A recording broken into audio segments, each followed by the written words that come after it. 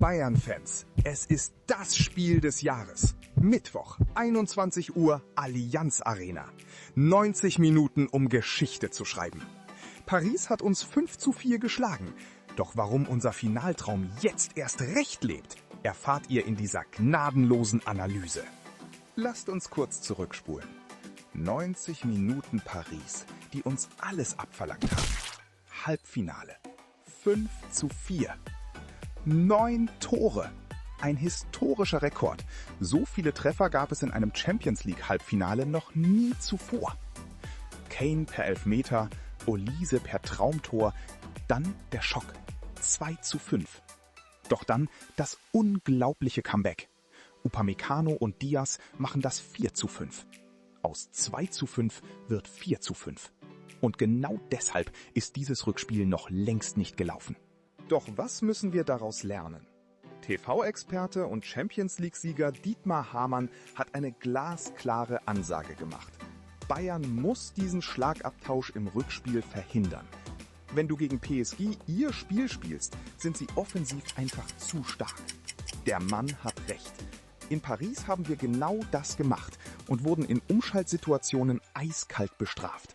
Unser Mann-gegen-Mann-Pressing über den gesamten Platz war gegen die Hochgeschwindigkeitsfußballer von PSG einfach zu riskant. Kompany muss jetzt anders. Aber dieses Team hat uns schon einmal gezeigt, was in ihm steckt. Denkt zurück ans Viertelfinale gegen Real Madrid.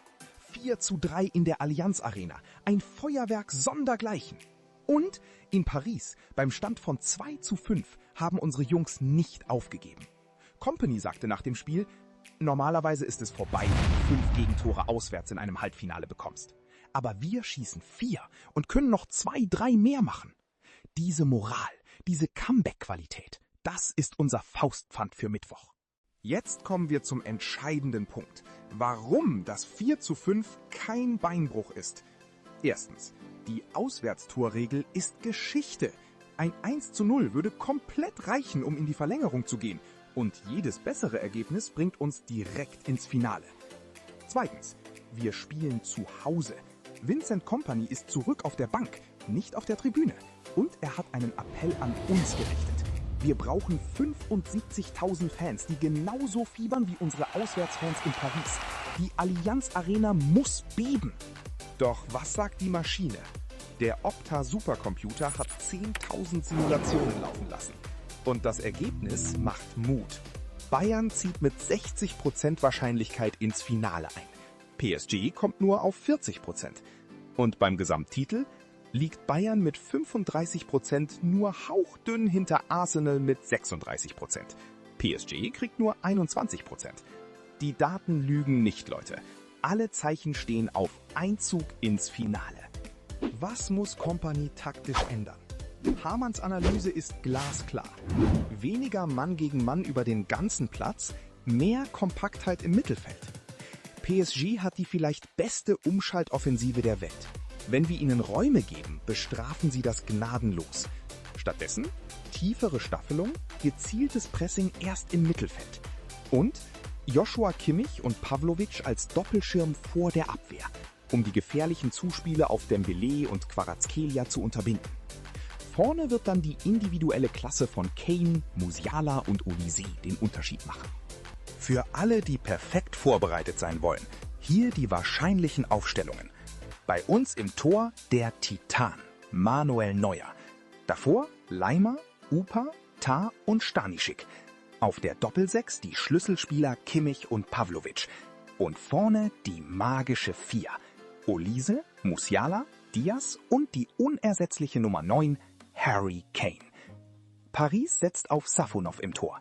Davor Hakimi, Marquinhos, Pacho und Mendes. Im Mittelfeld Zaïre Emery, Vitinha und Mayulu. Und vorne das brandgefährliche Dreieck Dembélé, Doué und Kvaratskhelia. Ein Duell auf höchstem Niveau. Also Bayern-Fans, Mittwochabend, 21 Uhr, Allianz Arena. Ein Spiel, das alles entscheidet. Paris ist amtierender Champion, keine Frage. Aber wir sind der FC Bayern München. Wir haben die Comeback-Qualitäten, wir haben den Hunger und wir haben ein Stadion, das zum Hexenkessel wird. Ein 1:0 reicht für die Verlängerung. Ein 2:0 bringt uns direkt nach Budapest. Die Bühne ist bereitet. Jetzt liegt es an den Jungs auf dem Rasen und an uns auf den Rängen. Jetzt seid ihr gefragt. Wie geht das Rückspiel aus? Schreibt euren exakten Tipp in die Kommentare.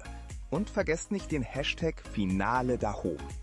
Wenn ihr die komplette Nachanalyse direkt nach dem Abpfiff sehen wollt, jetzt abonnieren, Glocke aktivieren, Daumen hoch. Wir sehen uns am Mittwoch und dann holen wir uns das Ding. Mia San Mia.